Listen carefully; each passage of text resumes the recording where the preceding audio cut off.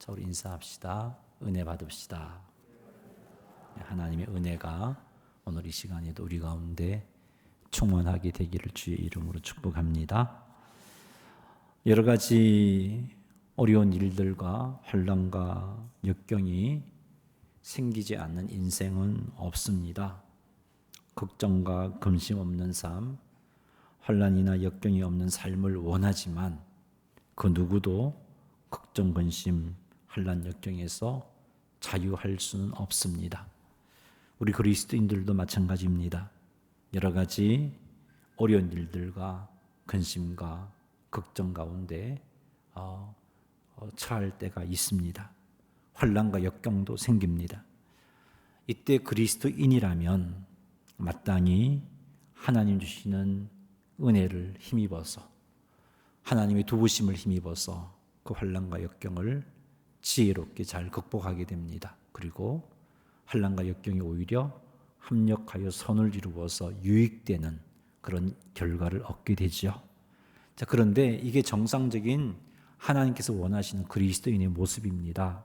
그런데 때때로 환난과 역경 가운데 근심과 걱정에 파묻혀서 신앙이 흔들리는 성도들이 있다는 것입니다. 우리 하나님은 이런 그리스도인의 모습을 기대하지 아니하십니다. 힘들고 어려운 일을 만났음에도 불구하고 흔들리지 않는 신앙생활을 하는 그리스도인을 하나님은 원하십니다. 힘들고 어려운 역경 가운데서도 오히려 하나님 의지함으로 그 환난과 역경이 하나님 보시기에 아름다운 열매를 맺게 되고 하나님 닮게 되고 더 거룩해지고 하나님이 약속하신 은혜와 복을 더 온전하게 누리게 되는 열매가 맺히기를 하나님이 원하시지, 환난과 역경 때문에 걱정과 근심이 사무쳐서 아파하는 그리스도인의 모습을 하나님은 원치 아니하십니다. 자, 그렇다면 어떻게 하면 환난과 역경 중에 걱정과 근심에 파묻히지 않고 견고한 그리스도인의 삶을 살아갈 수 있을까? 어떻게 하면 흔들리지 않는 신앙을 지킬 수 있을까? 오늘 그것을 한번 생각해 보겠습니다. 오늘 본문을 통해서 흔들리지 않는 다시 견고한 그리스도인이 되려면 어떻게 해야 하는가 하는 것을 살펴보도록 하겠습니다. 고린도전서는 바울이 고린도에 있는 하나님의 교회에 보낸 편지입니다. 편지글이죠. 1절에서 3절까지는 인사말입니다. 누가 누구에게 보내는 편지다라는 그러면서 인사도 하고 축복도 하고 하는 내용이 1절에서 3절까지 기록되어 있습니다. 그 인사말 가운데 우리는 2절 말씀을 가지고 오늘 주제에 대한 답을 한번 생각해 보려고 합니다. 어떻게 하면 우리는 견고한 그리스도인이 되어질 수 있을까 하는 그 답을 우선 2절 말씀을 통해서 인사말 중에 2절 말씀을 통해서 한번 살펴보겠습니다. 2절 한번 읽어보죠. 고린도에 있는 하나님의 교회 곧 그리스도 예수 안에서 거룩하여지고 성도라 부르심을 받은 자들과 또 각처에서 우리의 주 곧 그들과 우리의 주 되신 예수 그리스도의 이름을 부르는 모든 자들에게 아멘. 자, 이 말씀을 보면은 바울이 교회는 이런 곳이다. 교회는 이런 것이다 라고 그렇게 설명을 해주고 있습니다. 바울이 설명하고 있는 교회의 모습은 첫 번째는 그리스도 예수 안에서 거룩하여지고 성도라고 부르심을 받은 자들이 교회다 라고 말씀하고 있습니다. 건물이 아니고 하나님의 놀라운 은혜로 부르심을 받아서 거룩하여진 자들, 그리고 하나님의 은혜로 부름을 받아서 성도라고 불리어지던 자들이 교회다라고 그렇게 말씀하고 있습니다. 두 번째는 우리 주 대신 예수 그리스도의 이름을 부르는 모든 자들이 교회다. 주님의 이름을 부르는 각처에서 어디에 가든지 예루살렘에 살든지 고린도에 살든지 이 시대에 포항에 살든지 오천에 살든지 간에 주님의 이름을 부르는 모든 자들이 교회다라고 바울이 설명하고 있습니다. 바울이 하고 있는 교회의 설명, 첫 번째 설명을 보면은 거룩하여진 자들의 모임, 성도라고 부르심을 받은 자들의 모임이 교회입니다. 자, 거룩한 자들이 아니라 거룩하여진 자들이 모인 곳이 교회다라는 겁니다. 거룩하여진 자들. 우리는 우리의 능력으로는 거룩하여질 수가 없습니다.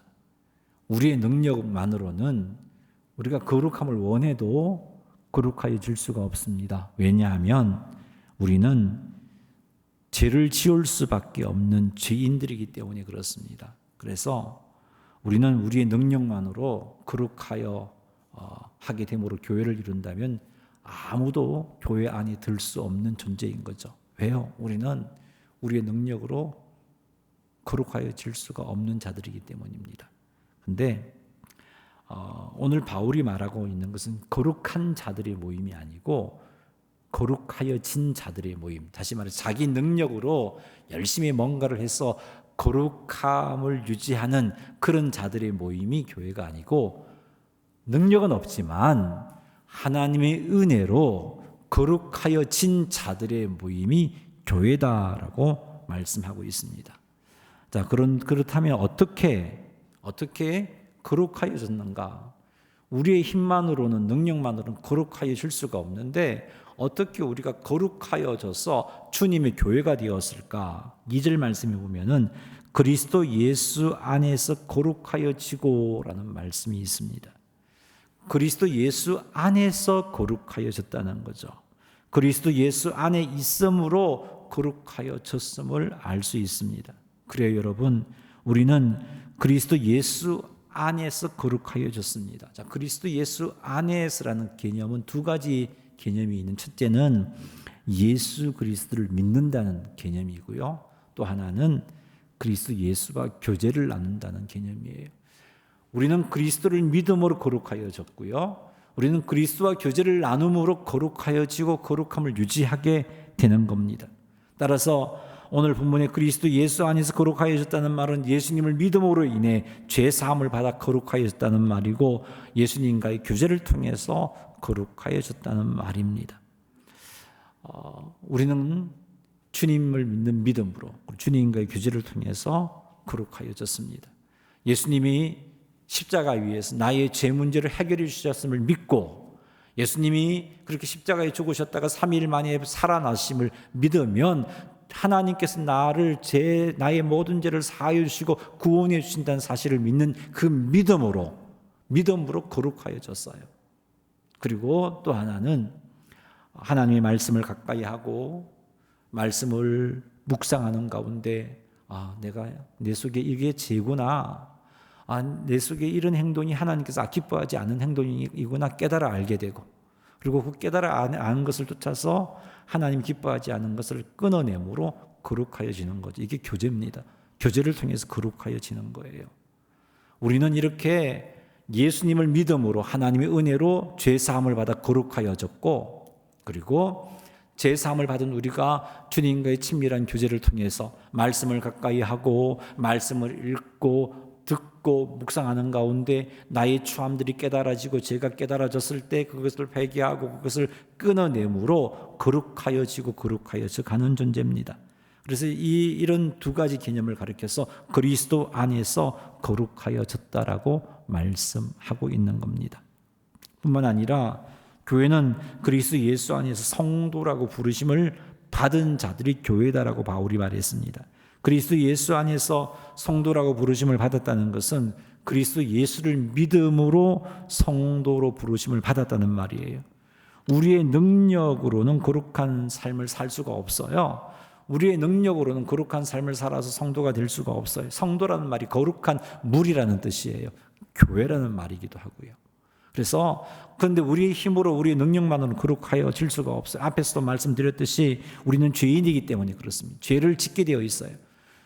누군가가 우리를 붙잡아 주지 않는다면 우리는 죄를 지을 수밖에 없어요. 결심해 보지만 그 결심이 오래 가지 못합니다. 죄인이기 때문에 그렇습니다. 그래서 하나님의 은혜가 임해야 돼요. 하나님의 은혜가 임할 때 우리가 죄 사함을 받고 하나님의 은혜가 임할 때 죄를 멀리할 수 있는 힘이 생기고 그로 인하여서 성도다운 삶을 살아가는 겁니다.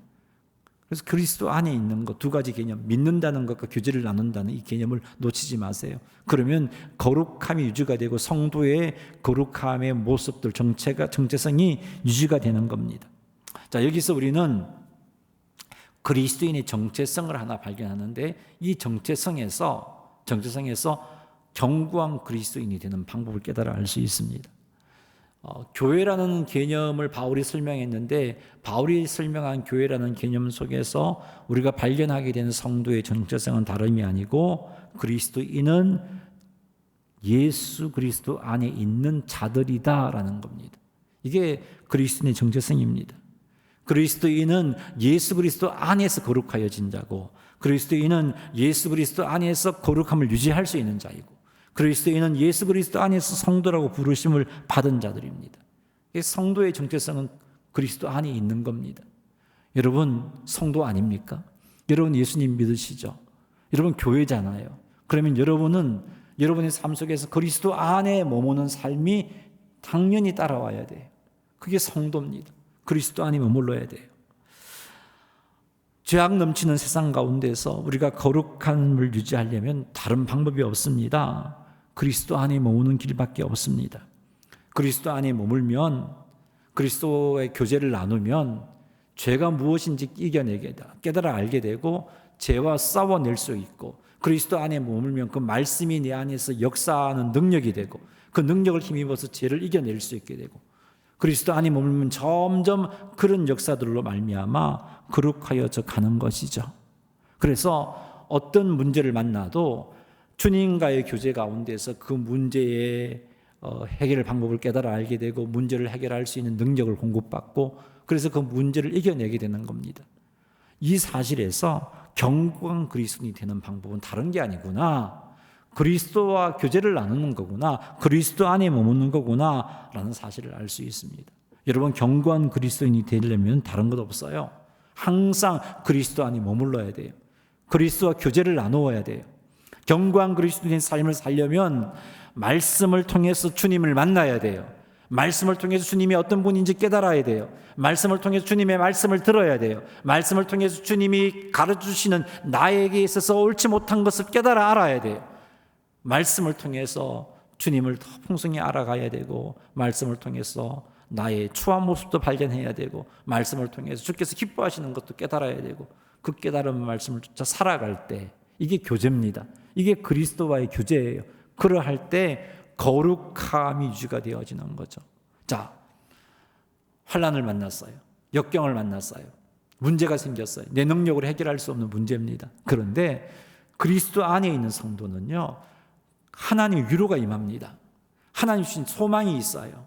아, 이게 내가 잘못되는 게 아니고 나를 다듬기 위한 하나님의 은혜의 손길이네. 그게 믿어집니다. 뿐만 아니라 하나님 위로가 임합니다. 그리고 성령께서 역사하시죠.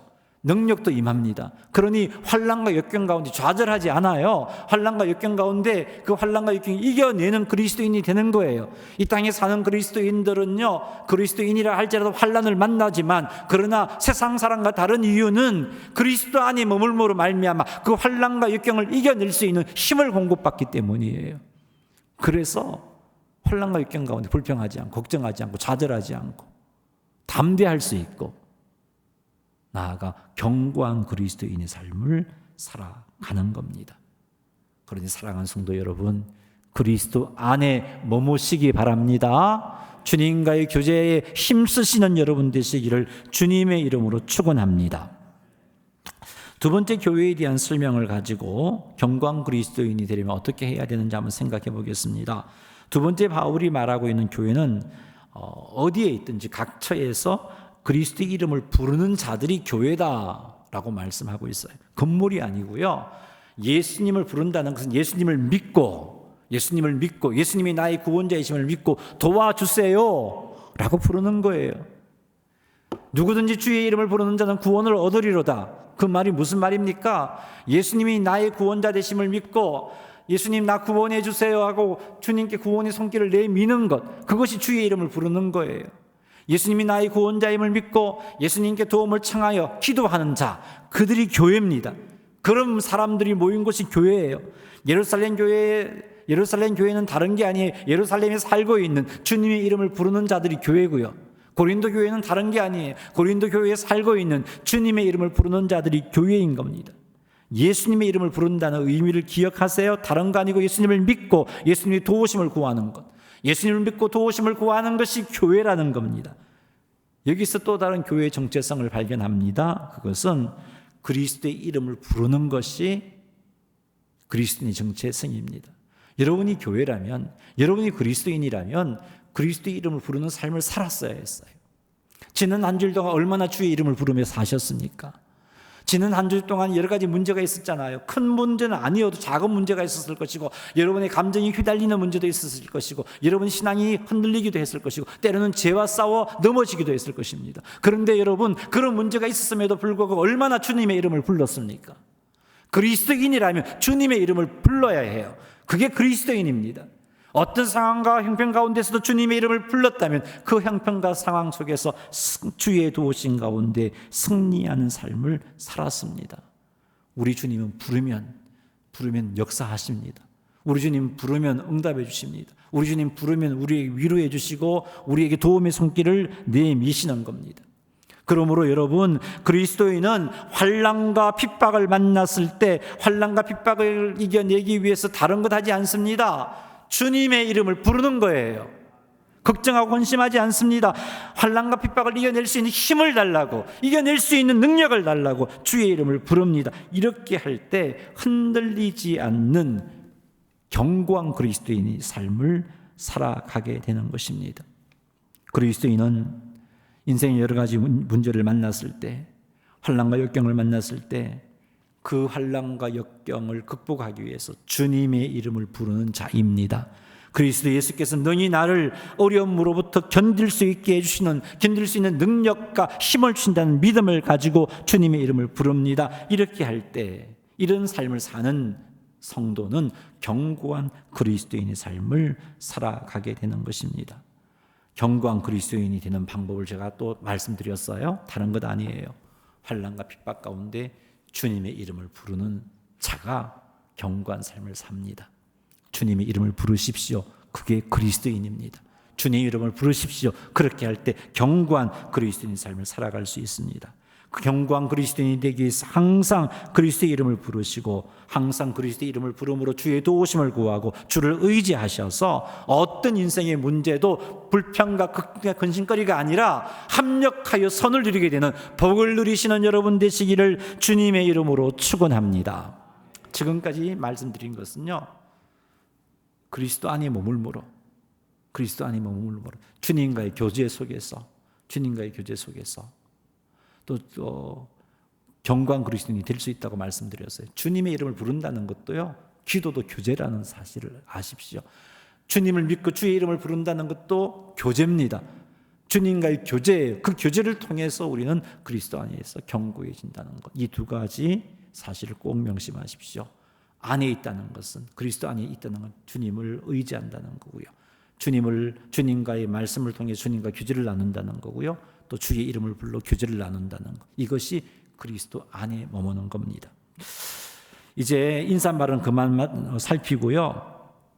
바울이 고린도 교회를 보면서 하나님께 감사하고 있어요. 바울이 감사한 그 감사의 내용들을 속에서 내용들을 살피면서 견고한 그리스도인이 되기 위해서 무엇을 해야 하는지를 한번 살펴보도록 하겠습니다.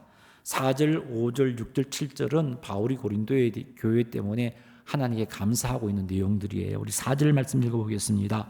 그리스도 예수 안에서 너희에게 주신 하나님의 은혜로 말미암아 내가 너희를 위하여 항상 하나님께 감사하노니. 아멘.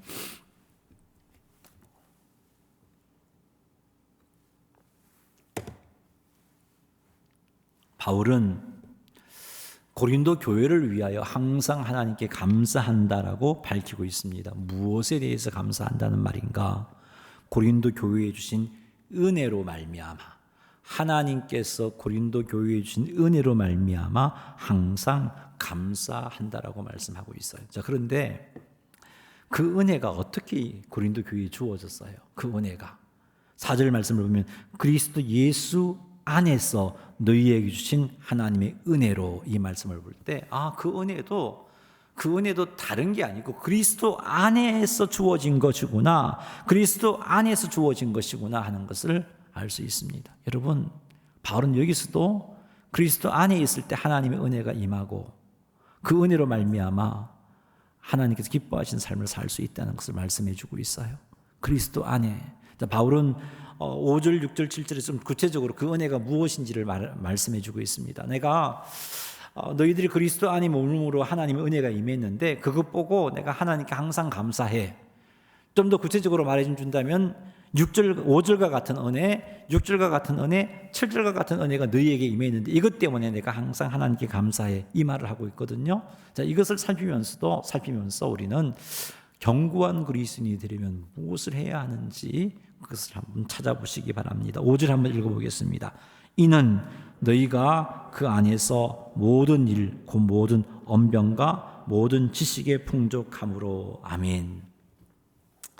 이는이라고 우리말은 번역했는데 사실은 이 원어 성경을 보면은 왜냐하면 이렇게 접속사, 왜냐하면 접속사를 쓰고 있어. 왜 내가 감사하느냐, 그런 의미예요. 그런 왜냐하면이라는 접속사를 쓰고 5절 문장이 시작되었어요.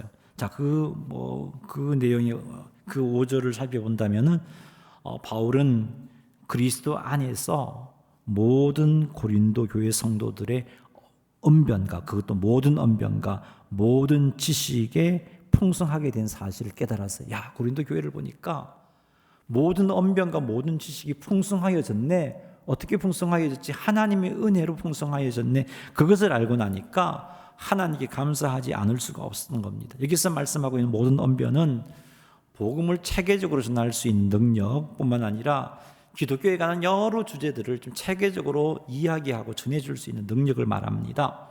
그게 고린도 교회 안에 풍성했어요. 바울이 보니까 그것이 풍성해졌기 때문에 그게 모든 언변들인데 하나님께 감사했어요. 자, 그런데 여기서 눈여겨봐야 될 것이 있는데 모든 언변이 그 안에서 풍성하여졌다라고 5절이 기록하고 있잖아요. 이는 너희가 그 안에서 모든 일, 곧 모든 언변과 모든 지식이 풍족함으로라고 말하고 있어요. 그 안이 무엇을 의미할까요? 바로 그리스도 예수 안에서. 그리스도 예수 안에서라는 말은 그리스도 예수와의 교제를 통해서라는 말이에요. 그리스도 예수와의 교제를 통해서 모든 언변이 풍성해졌어요. 그리스도 예수와의 교제는 다름이 아니죠. 말씀을 통해서 예수님 만나는 걸 말해요. 말씀을 통해서 성경을 읽으면서 예수님 만나는 것, 성경을 읽으면서 예수님의 뜻을 깨닫고, 성경을 읽으면서 예수님의 말씀을 깨닫고, 성경을 읽으면서 위로의 말씀도 받고, 성경을 읽으면서 권능도 받고 하는 것, 이것이 바로 그 안에서 그리스도의 교제예요. 이것을 통해서 고린도 교회에는 모든 언변이 풍족해졌던 겁니다. 그래서 하나님께 바울이 감사했어요.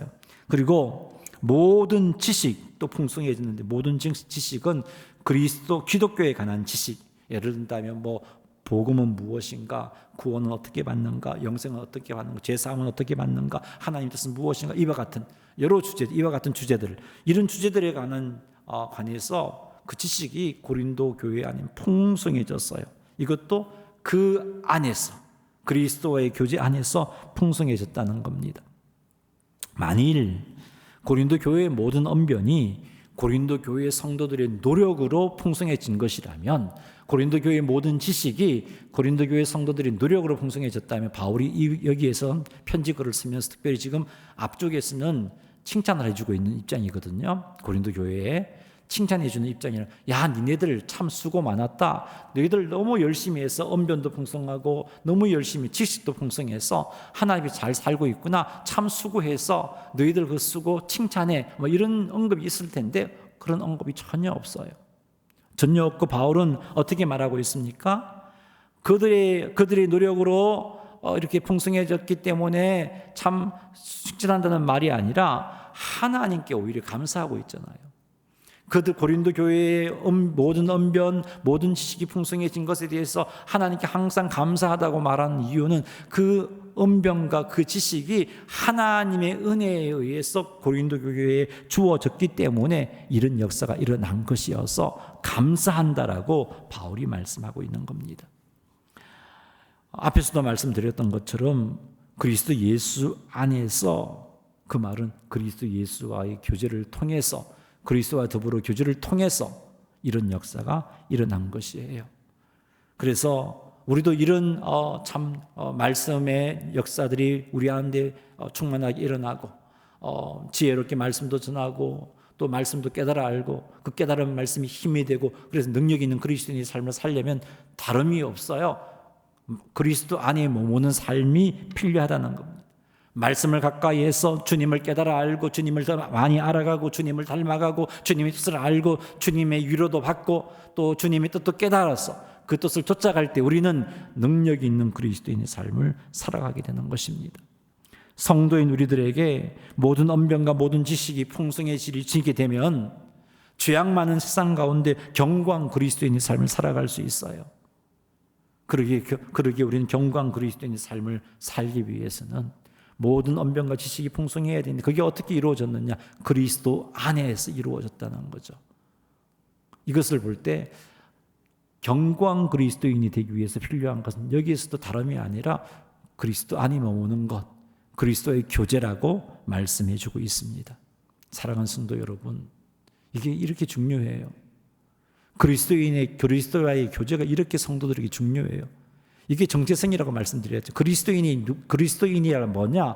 다름이 아니고 그리스도와 더불어 교제 나누는 자, 그리스도 안에 머무는 자, 이게 그리스도인이라는 거죠. 여러분, 그리스도와의 교제는 이렇게 중요해요. 6절에서도 그것을 알 수 있어요. 6절도 바울이 감사에 대한 원인을 설명하는 거지만 이 원인을 설명하면서 그리스도의 교제가 이렇게 중요하다는 것을 깨달을 수 있어요. 자, 6절 한번 읽어보겠습니다. 그리스도의 증거가 너희 중에 견고하게 되어. 아멘. 여러분이 가지고 있는 개역 개정 성경을 보면요, 5절과 6절이 연결된 문장처럼 번역을 해버렸어요. 그리고 마치 5절이 원인이 되어서 6절과 같은 결과가 나온 것처럼 번역을 해버렸습니다. 자, 예를 든다면 너희 안에 모든 언변과 모든 지식이 풍족하여 짐으로 말미암아 너희들이 그리스도의 증거가 너희 안에서 확고하게 되었다. 이렇게 번역해 버렸어요. 자, 그런데 원어 성경을 보면요, 그렇게 되지 않았습니다. 5절, 6절, 7절이 따로따로 독립된 문장입니다. 서로에 연결이 안 되어 있어요. 어디에 연결되어 있냐면 앞 4절에 연결되어 있어요. 자, 5절도 이유를 나타내는 접속사로 문장이 시작하고요. 6절도 이유를 나타내는 접속사로 문장이 시작해요. 7절도 이유를 나타내는 접속사로 문장을 시작하고 있어요. 이게 따로예요. 따로 감사의 이유예요. 자, 6절에서의 감사의 이유는 무엇이냐? 바울이 6절에서 밝히는 감사의 이유는 고린도 교회로 말미암아 항상 하나님께 감사하는 이유는 그리스도의 증거, 다시 말해서 그리스도에 관한 증거, 고린도 교회 성도들이 열심히 복음을 증거하는 그 증거가 고린도 교회에서 견고하게 되었기 때문에, 고린도 교회에서 견고하게 되었기 때문에 감사해요. 자, 견고하게 되었다가 수동태로 기록되어져 있습니다. 그 말은 고린도 교회 성도들이 열심히 해서 견고하게 만드는 게 아니고 하나님께서 고린도 교회에 은혜를 베풀어 주셔서 하나님의 은혜로 복음을 전하는 것, 그리스도를 증거하는 것이 견고하게 되었다라는 의미로 그것을 살리기 위해서 바울이 이걸 수동태로 기록하고 있습니다. 하나님의 은혜로 고린도 교회가 그리스도를 증거하는 것이 견고하게 되었는데 어떻게 그런 은혜가 임했느냐? 어떻게 이런 은혜가 고린도 교회에 임했느냐? 4절 말씀을 읽어보겠습니다. 그리스도 예수 안에서 너희에게 주신 하나님의 은혜로 말미암아 내가 너희를 위하여 항상 하나님께 감사하노니. 이게 4절은요, 그리스도 예수 안에서 고린도 교회의 은혜가 임했대요. 그 은혜 때문에 항상 감사하대요. 그러면서 그 은혜가 구체적으로 무엇인지 5절, 6절에서 밝히고 있잖아요. 그러면은 이 5절의 은혜도 6절의 은혜도 7절의 은혜도 4절과 같이 받았어요. 어떻게? 그리스도 예수 안에서 이런 은혜가 주어졌다는 겁니다. 그리스도 예수 안에서 하나님과 예수 그리스도와의 교제 속에서 예수 그리스도 더불어 나눈 교제로 말미암아 이런 은혜가 그들 가운데 임해서 그리스도에 관한 증거가 고린도 교회에 견고하게 되었다는 겁니다. 그래서 바울은 하나님께 감사한다, 하나님께 감사한다라고 말하는 거죠. 여러분들도 전도를 해보면요, 전도를 하면 핍박이 따라옵니다. 고린도 교회도 마찬가지예요. 특별히 고린도 교회는 이방 사람들이 살고 있는 지역이잖아요. 그 속에 전도한다는 것이 쉬운 일이 아니었어요. 그런데 그럼에도 불구하고, 환경이 그럼에도 불구하고 고린도 교회는 그리스도의 증거가 견고해졌어요. 어떻게 그런 일이 일어났는가? 하나님의 은혜가 그들 가운데 임하고 나니까 여러 가지 참 좋지 못한 환경 가운데 주눅들지 않고 용기를 내고 힘을 낼 수 있는 자가 되었던 거죠. 그래서 힘있게 복음을 전거했던 거죠. 이 모습을 볼 때 견고한 그리스도인이 되는 방법이 이거구나, 다른 게 아니에요. 그리스도와의 교제를 통해서 하나님께 위로를 받고 능력을 공급받고 지혜를 공급받고 은혜를 공급받을 때 능력 있는 그리스도인의 삶을 살아갈 수 있어요. 세상의 환난과 핍박이 굴하지 않고 담대하게 복음을 전하는 것도 그리스도 안에 머물므로 하나님의 은혜가 임했기 때문이죠. 이것처럼 우리도 그리스도 안에 있을 때, 그리스도와 더불어 살아갈 때 하나님의 은혜가 내게 임하면 환난과 핍박 가운데서 능력 있는 그리스도인의 삶을 살아가고 환난과 핍박 가운데서 담대하게 복음을 전가하는 증인된 삶을 살아갈 수 있는 겁니다. 그래서 우리는 그리스도 안에 머물기를 힘써야 되는 거예요. 이것이 바로 견고한 그리스도인이 되는 방법입니다.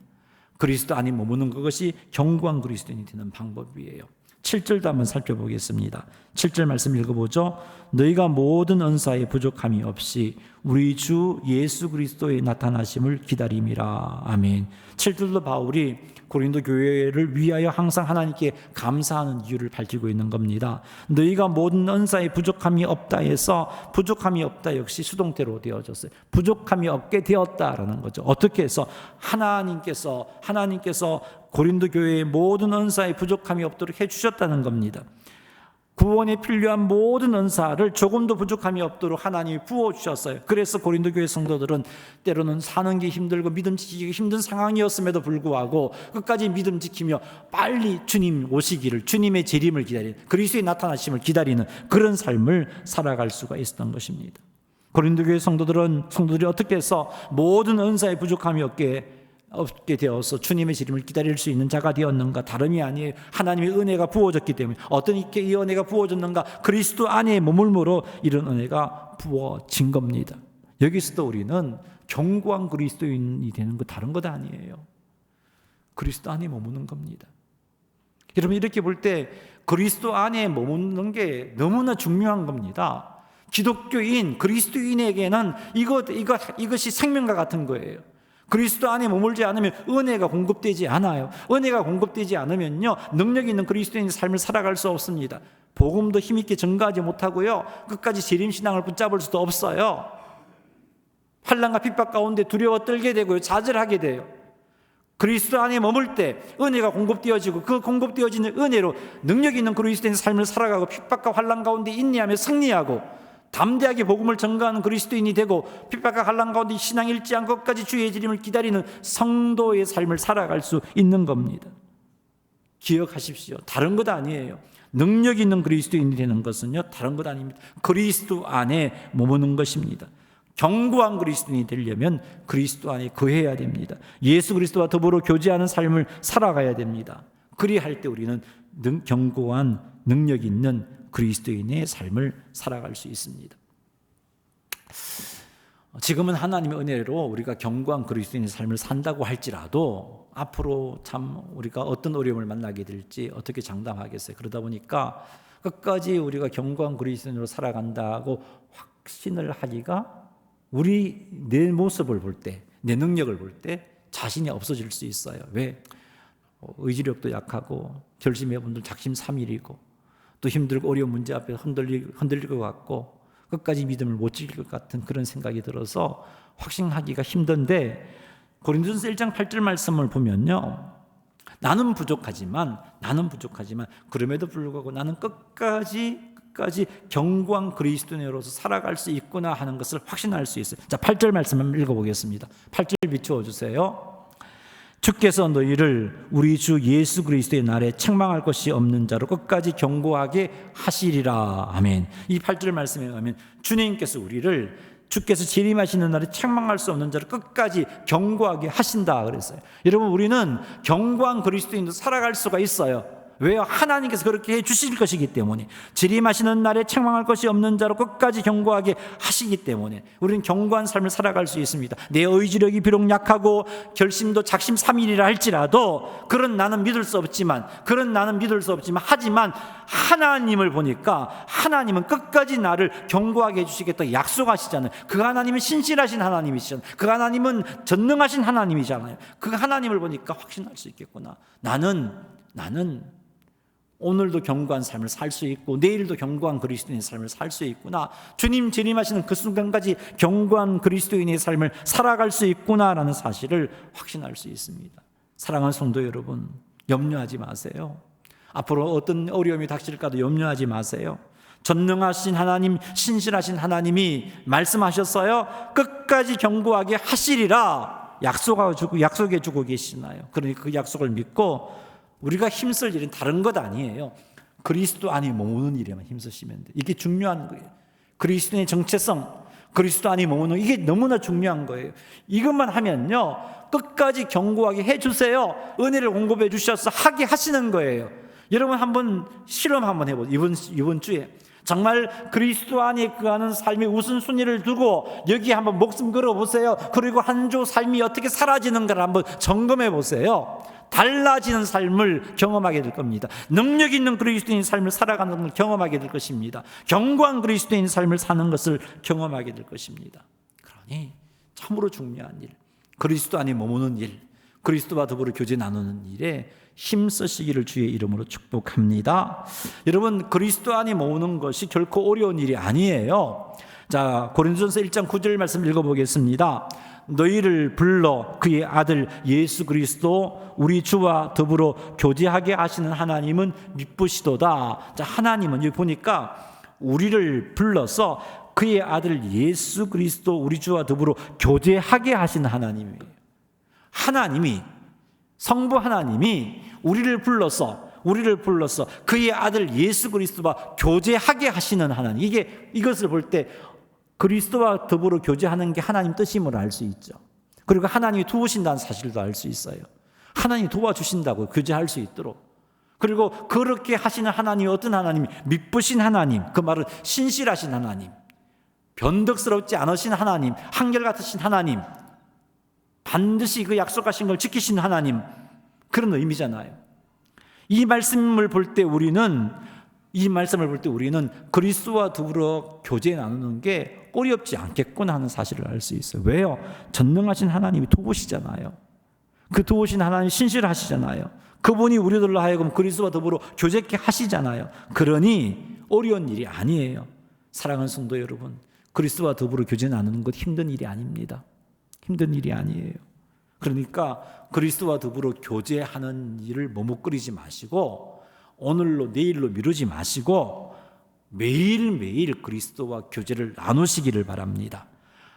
오늘부터 시작하세요. 혹 지금까지 그리스도의 교제가 주춤거리고 좀 따문따문 있었다면 오늘부터 매일매일 그리스도와 교제를 나누기를 시작하시기 바랍니다. 다른 것 아니에요. 거창한 것 아닙니다. 여러분, 성경책이 있잖아요. 하나님, 내가 오늘도 예수 그리스도 안에 머물고 싶어요. 그래야 능력 있는 그리스도인의 삶을 살아갈 수 있잖아요. 내가 이제 성경을 읽을 텐데 그리스도와 친밀한 교제를 나누게 은혜해 주십시오라고 기도하세요. 그리고는 성경을 읽으시면 돼요. 천천히 읽으세요. 그리고 이 말씀 속에서 하나님께서 어떤 분으로 내게 말씀해 주시는지, 하나님이 어떤 분이신지, 하나님 뜻은 무엇인지, 때로는 책망하시는 말씀은 무엇인지, 하나님께서 가르쳐주신 하나님 뜻은 무엇인지 마음을 열어놓고 다 아멘으로 받아들이세요. 그리고 읽은 말씀을 묵상하고 그 말씀을 쫓아서 이 말씀을 보니까 어제 한 행동이 하나님께서 기뻐하지 않으신 행동이었네. 하나님, 제가 잘못 살았어요. 용서해 주세요. 나 그렇게 살지 않을게요. 걱정이 있었는데 하나님 이런 위로의 말씀을 주시네. 하나님 이 위로의 말씀을 믿고 걱정하지 않고 하나님 의지할게요. 그리고 하나님 뜻도 깨달아지잖아요. 그 뜻대로 순종하겠습니다. 이렇게 살아가는 교제인데, 이렇게 살아갈 때 우리는 하나님의 은혜가 우리에게 임해요. 하나님의 놀라운 은혜가 임해요. 그리고 하나님은 교제케 하신 하나님이잖아요.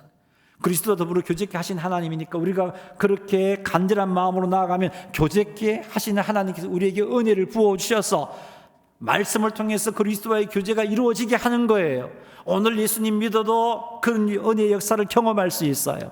여러분 예수 믿은 지 1년밖에 안 돼도 그런 은혜를 경험할 수 있어요. 성경에 대한 지식이 없어도 괜찮아요. 하나님의 은혜를 구하고 차근차근 읽어 가시다 보면 그 읽어가는 과정 가운데 하나님께서 깨닫게 해주세요. 하나님께서 들려주세요. 은혜를 부어주세요. 그런 역사가 있을 때 우리는 능력 있는 그리스도인의 삶을 살아가게 되는 겁니다. 그러니 오늘부터 시작하시기 바랍니다. 말씀을 맺습니다. 견고한 그리스도인이 되기 위해서는 다른 것 아니에요. 오늘 처음부터 끝까지 그 말씀 드렸어요. 철저하게 그리스도 안에 머물러야 된다는 겁니다. 견고한 그리스도인이 되기 위해서는 철저하게 예수님과의 교제 가운데 있어야 한다는 거였어요. 그래야 견고한 그리스도인으로 살아갈 수 있는 힘과 지혜를 하나님에게서 공급받습니다. 그래야 환난과 핍박 가운데 흔들리지 않는 신앙생활을 할 수 있는 힘을 공급받습니다. 신실하신 하나님께서 우리 주와 더불어 교제케 하심에도 불구하고 그리스도와 더불어 교제하는 삶을 살지 못한 이유가 무엇이겠어요? 하나님께서 우리를 불러서 그리스도와 더불어 교제케 하시는데 그분이 신실하심에도 불구하고 왜 나의 삶에서는 어제도 보니까 그리스도의 교제가 빠져버렸어요. 어제도 그냥 내 힘으로 살았어요. 왜 그런 일이 일어났을까요? 그것은 그리스도와 더불어 교제를 나누는 것이 중요하다는 사실을 인식하지 못하기 때문에 그래요. 이게 중요하다고 생각하지 못했어요. 그냥 그리스도와 더불어 교제하는 것은 열심히 있는 사람이 하는 일 정도로만 생각했지, 이게 우리의 생명과 같은 것이구나, 이게 그리스도인의 정체성이구나. 그리스도인의 정체성은 다른 게 아니에요. 그리스도 안에 머무는 게 그리스도인의 정체성이에요. 그리스도인의 정체성은 그리스도와 더불어 교제를 나누는 거예요. 이건 너무나 중요한 거예요. 그런데 이 중요하다는 인식을 하지 못하기 때문에 그리스도와 더불어 교제 나누는 삶을 유지하지 못했어요. 하나님이 하게 하심에도 불구하고. 그러다 보니까 중요하다고 생각하지 아니하니까 그리스도와 더불어 교제 나누는 일이 다른 일 때문에 우선순위가 밀려버려요. 그래서 바쁜 일 하다 보니까 조금 밀리고, 또 바쁜 일을 하다 보니까 밀려서 오늘 하루 그냥 해야 되는데 생각만 했지 하루 교제 나누지 못하고 하루가 흘러가버린 거예요. 이틀도 흘러가버리고 한 주도 흘러가버리고 겨우 주일날 와서 11시 예배 때 말씀을 듣는 것으로만 교제를 나누고, 그러니 힘이 없는 그리스도인의 삶을 살아가는 겁니다. 문제만 생기면 걱정하고 좌절하고, 세상의 어려운 환경에 처하면 또 힘들어하고, 심지어 믿음까지 흔들리고, 그런 자가 되고 말았던 겁니다. 사랑하는 성도 여러분, 우리 그렇게 살지 마십시다. 그리스도와 더불어 교제하는 것이 성도들에게서 참으로 중요한 일임을 명심하십시다. 생명과 같은 일입니다. 우리는 그리스도와 더불어 교제함으로 살 수 있는 자들이라는 사실을 명심하십시오. 그리스도와 더불어 교제하는 것이 중요함을 인식한다면 아무리 바빠도 그리스도와 더불어 교제하는 일을 포기할 수 없습니다. 그리스도와 더불어 교제하는 일이 다른 일의 우선순위가 밀리게 되는 일이 생길 수가 없습니다. 사랑하는 성도 여러분, 그리스도와 더불어 교제하는 일을 지속하려면 그리스도와 더불어 교제하는 일의 중요성을 인식하는 것과 함께 동시에 교제하는 시간, 그리스도와 교제하는 시간에 우선순위를 두어야 돼요. 이게 우선순위. 이 우선순위를 둠에 있어서 중요한 것은 미리 하루를 계획을 하셔야 되겠죠. 한 주를 계획하시든지. 그리고 이 시간을 따로 시간을 구별해 주십시오. 그리스도와 더불어 교제 나눈 시간. 그리고 이게 하나님과의 약속이다. 그리고 이 약속 시간은 다른 약속 잡지 마세요. 이 약속 시간은 다른 바쁜 일에 뺏기지 마세요. 이 선약이잖아요. 주님과 한 선약. 중요한 약속이잖아요. 이 중요한 약속의 시간 그 어떤 것으로도 바꾸지 마세요. 그리고 그 약속을 꼭 지키세요. 이런 자세만 있으면 우리는 매일매일 그리스도와 교제를 나누는 삶을 살아갈 수가 있습니다. 그것으로 말미암아 견고한 그리스도인이 되어질 수 있는 겁니다. 기억하십시다. 그리스도인은 그리스도와 더불어 교제 나누는 게 너무 중요한 일이에요. 그래서 우선순위를 두어야 돼요. 그리고 우선순위를 두고 그것을 지켜야 돼요. 지키기 위해서 따로 시간을 구별해 두십시오. 그리고 그 시간을 주님과 약속하십시오. 이 시간 주님과 교제하는 시간으로 약속합니다. 그리고 다른 약속에 이 약속 시간을 빼앗기지 마세요. 변경하지 마세요. 여기 우선순위를, 이게 선약이니까 우선순위를 두고 지켜 행하십시오. 그리한다면 우리는 견고한 그리스도인의 삶을 살아갈 겁니다. 문제 만나도 좌절하지 않고 걱정하지 않을 겁니다. 오히려 그 문제가 합력하여 선을 이루는 놀라운 하나님의 능력을 경험하게 될 것입니다. 사랑하는 성도 여러분, 교제를 지속하셔서 능력 있는 그리스도인이 되시기를 주님의 이름으로 축원합니다.